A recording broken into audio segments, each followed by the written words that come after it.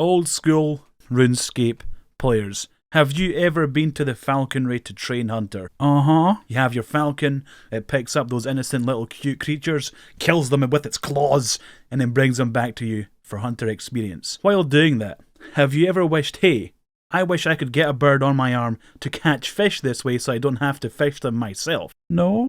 Of course you have.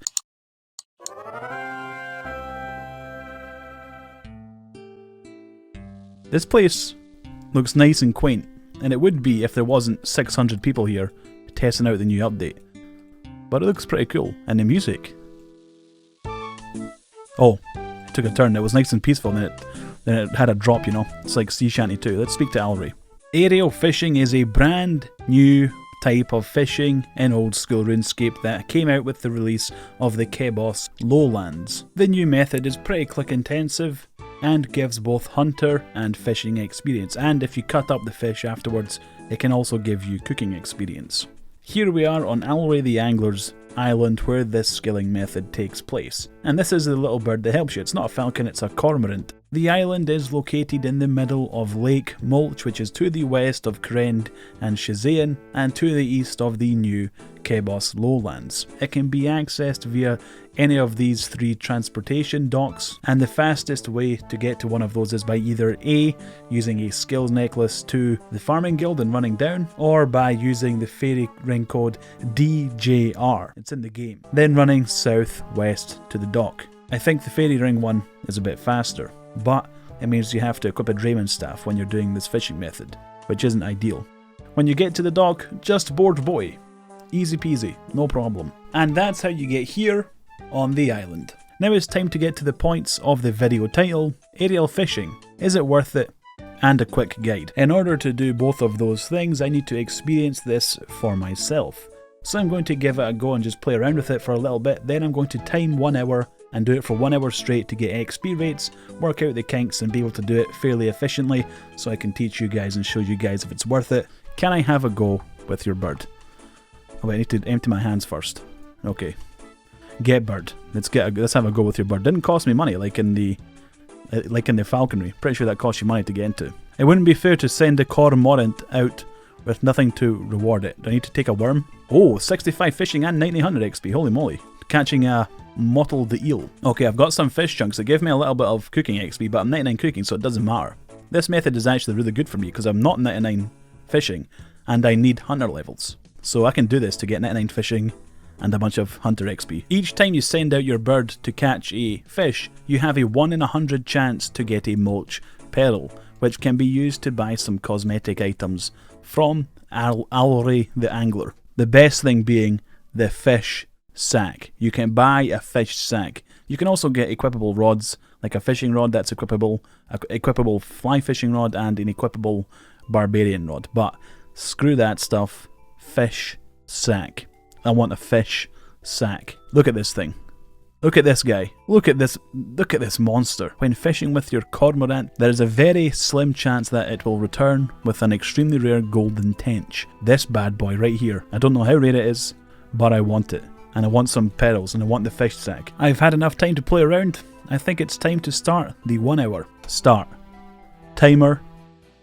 Start. XP tracker. Start. Let's go, baby. For an hour, let's see how much XP we get, and how much fish we get, and how much pearls we get.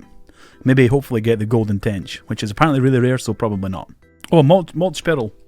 It fell on the floor, but I got it. Okay, I've got my very first pearl. There we go. I've got a full inventory.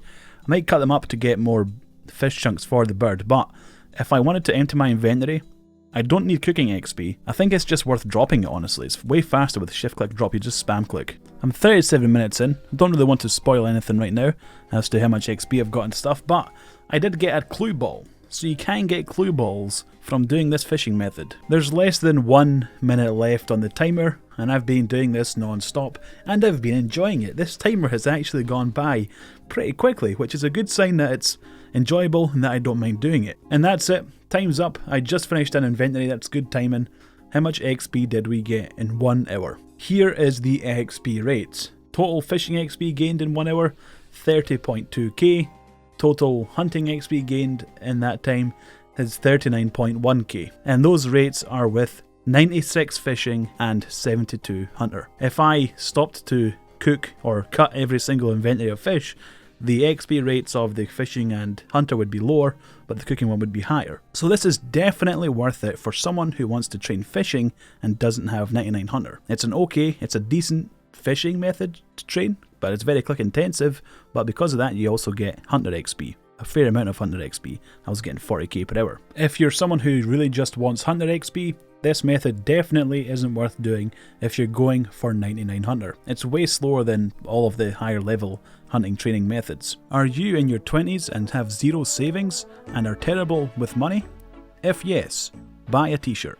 Let's wrap up with the quick guide. I would recommend travelling to the spot with a skills necklace so you don't waste an inventory slot with the Drayman staff. All you need is a skills necklace and a knife. I travel south from the farming guild, then east through the swamp to get to the dock, use the boatie. Once you arrive you can collect the bird, then pick up a handful of worms to initially feed your bird.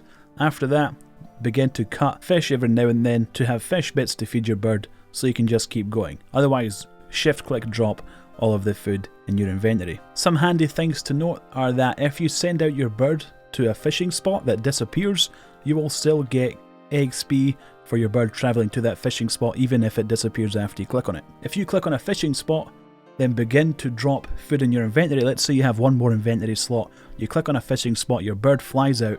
You can begin dropping food as it's flying out and returning to you without it cancelling the animation. So you can begin dropping your inventory after sending out your bird, which is just a cheeky little shortcut. And make sure you always click on the pools that are closest to your character, as the shorter the distance the bird has to travel, the quicker you can send out your bird again. And that's about it really. It's pretty click intensive, so don't sprain yourself. You can't really watch YouTube videos or movies or whatever. You can't watch anything other than your screen if you want to get decent XP rates, so maybe load up some podcasts or an audiobook or something, music, another obvious one, whatever helps you pass the time. Thank you very much for watching the first video of mine in 2019.